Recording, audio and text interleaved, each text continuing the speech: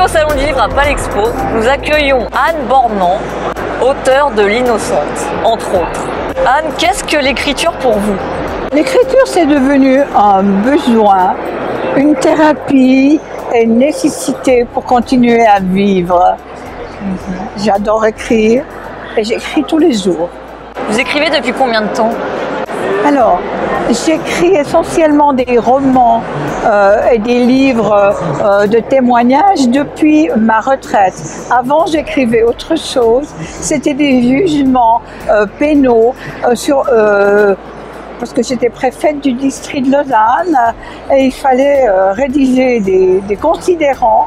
Et ça m'a donné la précision, l'art de faire des recherches et d'être exact dans les remarques dans ce que j'écris.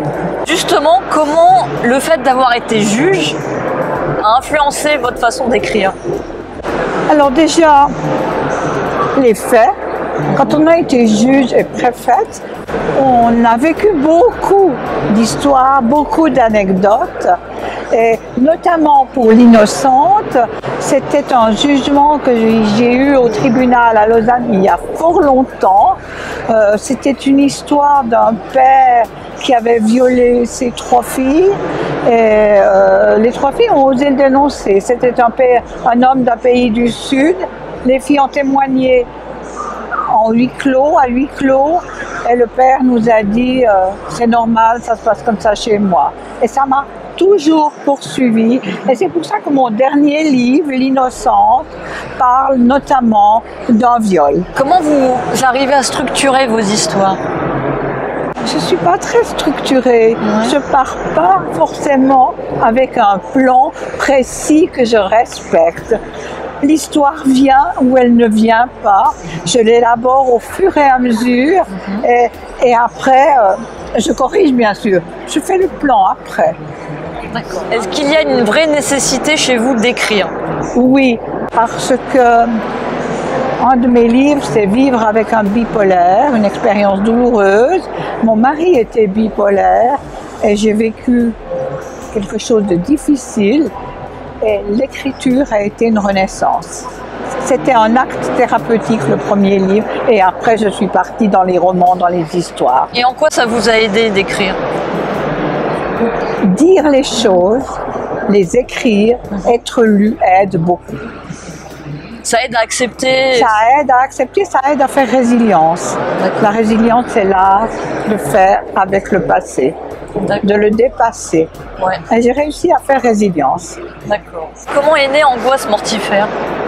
Angoisse mortifère, c'était pendant le Covid. J'étais, comme vu mon âge, j'étais à la maison, confinée, et je me suis dit, mais pourquoi ne pas écrire un roman?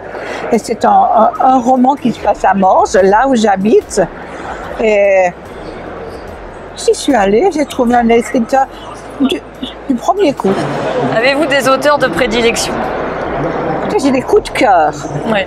Ces derniers temps, j'ai beaucoup aimé Joséphine Cardona. J'aime beaucoup Jean Telet. J'aime parfois les livres beaucoup plus difficiles.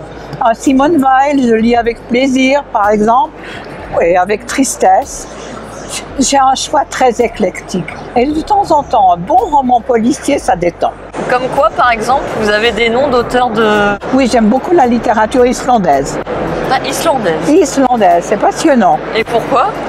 Parce qu'ils écrivent bien, c'est une autre atmosphère, ça donne envie d'aller en Islande, de voir ce pays. C'est merveilleux, ces bouquins. Il y a un auteur à nous recommander par hasard, islandais? Oui, j'en ai beaucoup. Indridason, Okay. c'est un Islandais. Il y en a d'autres. Mais je n'ai pas forcément en ce moment la liste en tête. Ok. Avez-vous des projets de dédicaces, de lecture? Alors, de lecture, j'ai une pile chez moi et je ne peux pas vivre sans ma pile de livres. Ce qui fait que quand ça diminue trop, j'en rachète. Et des projets d'écriture, oui, je suis en train d'écrire un nouveau roman, mais j'ai passé beaucoup de temps à corriger des textes pour d'autres personnes et ça m'a pris du temps aussi. Avez-vous une situation incongrue à nous raconter? Incongru. Ouais. Je ne sais pas si c'est incongru, mais hier, ça m'a beaucoup énervée. J'ai très bien caché mon disque dur externe et j'ai fouillé tout l'après-midi dans ma maison avant de le retrouver dans mes feuilles de papier d'imprimante. Ça m'a beaucoup énervée. Pour moi, c'était incongru. D'accord, merci beaucoup. Merci à vous.